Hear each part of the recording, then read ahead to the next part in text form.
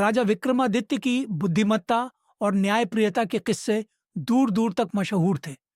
उनकी राजसभा में जब भी कोई कठिन समस्या या विवाद आता, तो वे अपनी समझदारी और निष्पक्षता से उसे सुलझाते थे। एक दिन ऐसा ही एक असामान्य मामला उनकी सभा में आया। मामले की शुरुआत एक जंगल में एक दुर्लभ पक्षी पाया गया था। उस पक्षी की विशेषता यह थी कि वह इंसानी आवाज में बात कर सकता था और भविष्यवाणी भी करता था। यह पक्षी इतना अद्भुत था कि जिसने भी उसे देखा वह उसका मालिक बनने की इच्छा करने लगा। तीन भाइयों ने इस पक्षी पर अपना अपना दावा किया और राजा विक्रमादित्य के पास न्याय की गुहार लेकर पहुंचे। तीनों भाइयों ने पक्षी को पकड़ने और उसे पालने में अपनी भूमिका बताई। अब यह तय करना मुश्किल था कि पक्षी किसका है। राजा विक्रमादित्य की सभा में मामला राजा ने तीनों भाइयों को ध्यान से देखा। वे तीनों ही अपनी जगह पर सही लग रहे थे, लेकिन पक्षी का असली मालिक कौन है, यह तय करना चुनौतीपूर्ण था। राजा ने पक्षी को भी सभा में लाने का आदेश दिया। तीनों भाइयों ने अपनी अपनी बात प्रस्तुत की। पहला भाई ने कहा, यह पक्षी मैंने सबसे पहले जंगल में देखा था। मैंने ही इसे पकड़ने का विचार किया और जाल तैयार किया, इसलिए यह पक्षी मेरा है। दूसरा भाई ने कहा, मैंने पक्षी को पकड़ने में सबसे ज्यादा मेहनत की। मैंने दिन रात उस पक्षी की खोज में बिताए। अगर मैं न होता तो यह पक्षी कभी भी पकड़ा नहीं जा सकता था, इसलिए यह मेरा है। तीसरा भाई ने कहा, इस पक्षी को पकड़ने के बाद मैंने ही इसे पाला। मैंने इसे खाना दिया, इसकी देखभाल की और इसे सिखाया कि इंसानों से कैसे बात करनी है, इसलिए यह पक्षी मेरा है। पक्षी की भूमिका पक्षी सभा में खड़ा होकर सबकी बातें सुन रहा था। जब राजा ने उससे पूछा कि वह किसके साथ जाना चाहता है, तो पक्षी ने चुप्पी साध ली। यह देखकर राजा विक्रमादित्य ने सोचा कि इस मामले को सुलझाने के लिए उन्हें गहरी सोच और बुद्धिमत्ता का सहारा लेना होगा। राजा का परीक्षण। राजा ने तीनों भाइयों से कहा, मैं तुम तीनों का परीक्षण करूंगा।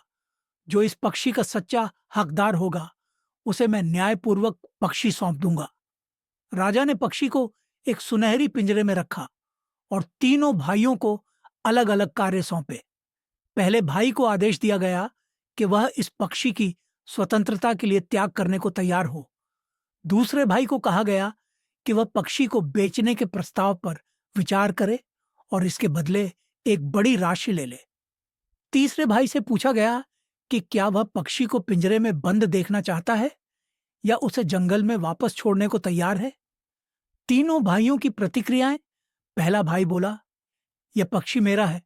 मैंने इसे सबसे पहले देखा था। मैं इसे किसी भी कीमत पर नहीं छोड़ सकता। अगर मुझे इसे स्वतंत्र करना पड़ा तो मेरी मेहनत बेकार चली जाएगी। दूसरा भाई ने कहा, अगर मुझे इस पक्षी के बदले बड़ी धनराशि मिलती है तो मैं इसे बेचने के लिए तैयार हूं। आखिरकार यह पक्षी मेरे लिए एक मूल्यवान वस्तु है। तीसरा भाई ने उत्तर दिया, मैंने इस पक्षी की देखभाल की है और इसे पालने के दौरान मैं इससे भावनात्मक रूप से जुड़ गया हूं। लेकिन अगर यह पक्षी पिंजरे में बंद होकर दुखी है तो मैं इसे जंगल में छोड़ने के लिए तैयार हूं। इसका सुख ही मेरे लिए सबसे बड़ी खुशी है। राजा का निर्णय। तीनों भाइयों की बात सुनने के बाद राजा ने अपनी राय दी।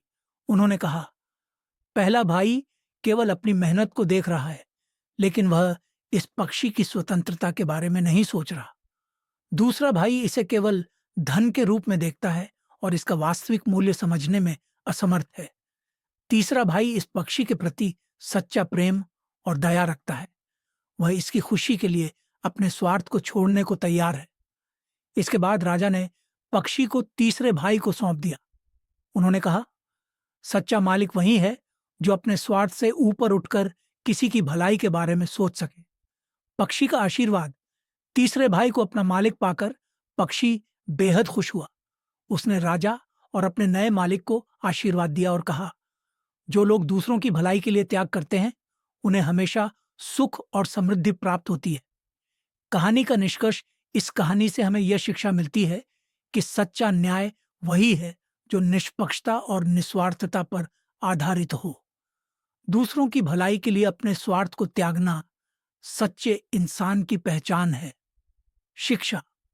सच्चा न्याय केवल तथ्यों और सबूतों पर आधारित नहीं होता, बल्कि उसमें करुणा, दया और दूसरों की भलाई का भी ध्यान रखा जाता है।